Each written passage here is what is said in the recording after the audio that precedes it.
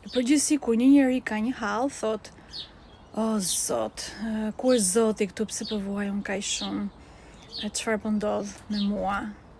Dhe pse Zoti ma bëri këtë, apo o Zot, hemër Zot, themi neve shprehje në shqip. Në fakt, njerëz kur neve vuajmë ose kemi përjetime dhimbjeje, do të thotë që kemi bërë diçka. Nuk është Zoti që të bën këtë gjë, është veprimi që ti ke bërë vetë, që ka pasoja, sepse çdo veprim që neve bëjmë ka një pasojë. Që është një nga mantrat që ne përdorim tek meditimi Lotus Ocean dhe unë i rekomandoj që gjithë njerëzit kudo ku janë ta përsërisin, çdo veprim ka një pasojë.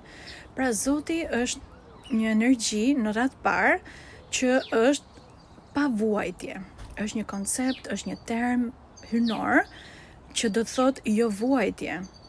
Zot ose hyni, në qoftë se ti hyn aty ku është hynorja, ti nuk ke më dhimbje, nuk ke më përjetime dhimbjesh, përjetime torturash, sepse hynore do thot hyni ai që hyni. Ai që hyni do thot hyri në mbretërinë e parajsës ose në mbretërinë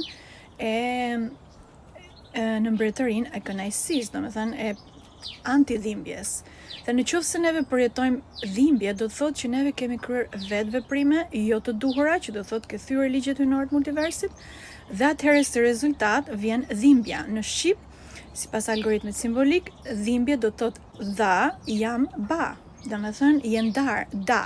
Ndar nga hyjnorja, sigurisht që ndyrë do të përjetosh, domethënë dhimbje ose gjëra nga matriksi, gjëra nga ky burgu matriksor, do të thotë pra neve krijojmë vuajtjen. Është e krijuar, ashtu si thotë dhe fizika kuantike, ti e krijon vetë. Çdo krymje do thotë një karma, me kry do thotë me kry. Pra çdo veprim që ti kryen ti vetë, nuk e kryen hyjnorja, nuk e kryen qenet e tjera, ti e kryen ti vetë. Dhe çdo veprim ka një pasojë.